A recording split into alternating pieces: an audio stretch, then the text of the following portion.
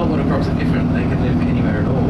They actually don't mind what sort of water they're in. They can live in the ocean, or they can live in full freshwater their whole life. It actually doesn't bother them whether it's salty or not. Saltwater crocs just have a way of getting rid of salt out of their body. So they can go in the ocean, they do absorb salt into their body through the skin, but they can get rid of it again so it doesn't build up inside them. Freshwater crocs can't do that. They can't get rid of salt in their body, so that's why they have to stay in full freshwater. He's just a young fella, he's probably in his 20s. They grow to this sort of size reasonably quickly, but then that slows right down after that. So to get to Bogart size back there, that does take a long, long time.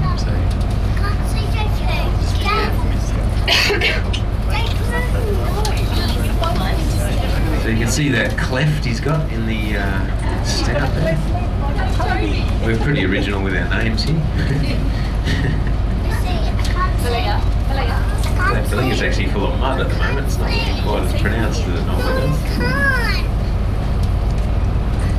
Just see what he'll do here. Oh yeah, his mind's back on the job. Crocs have colour vision. There's a bright red t-shirt in this front window. He was looking at that as he came in.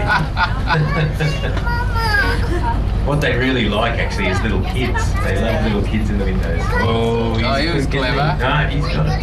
That's clever. Not how we like to do it here, guys. But crocodiles are much, much quicker than you think. Alright, we'll move on a bit. We call that getting snatched. We don't like to do that. It sort of teaches them they can get a shot just by lying there. Look at that. Lower jaw torn open at one stage. And just the loose skin that was left there is just healed up a little bit funny. So.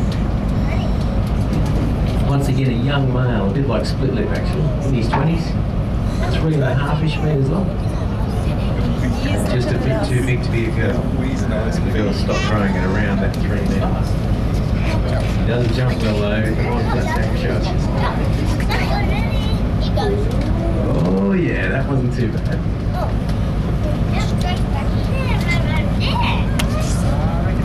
Twice and then give them the chop on the third attempt sort of thing. If we can manage it that way.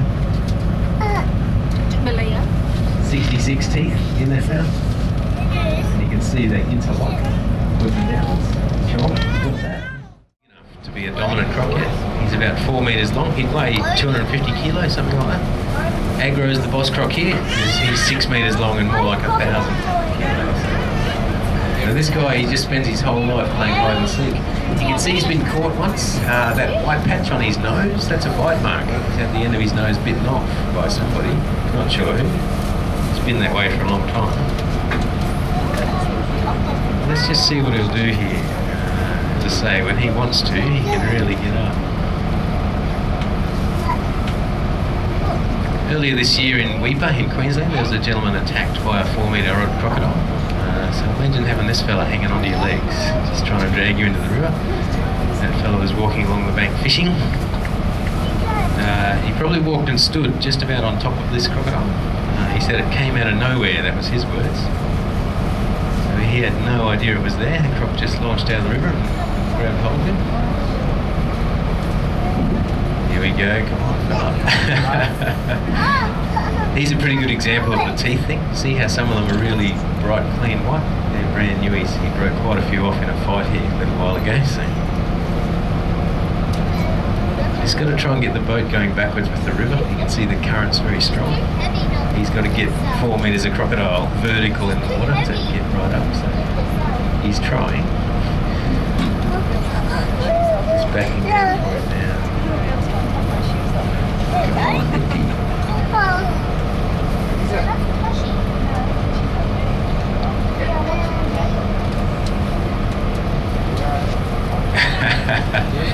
It's tough at the minute. There's a lot of current there for a big croc.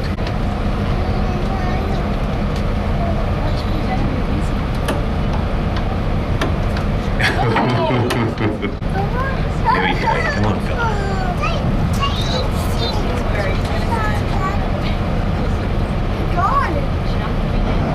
There he is. Woo! Carolina. He's keen. He's just going to get lined up. There he goes. Looking better. Yeah, that's a good job.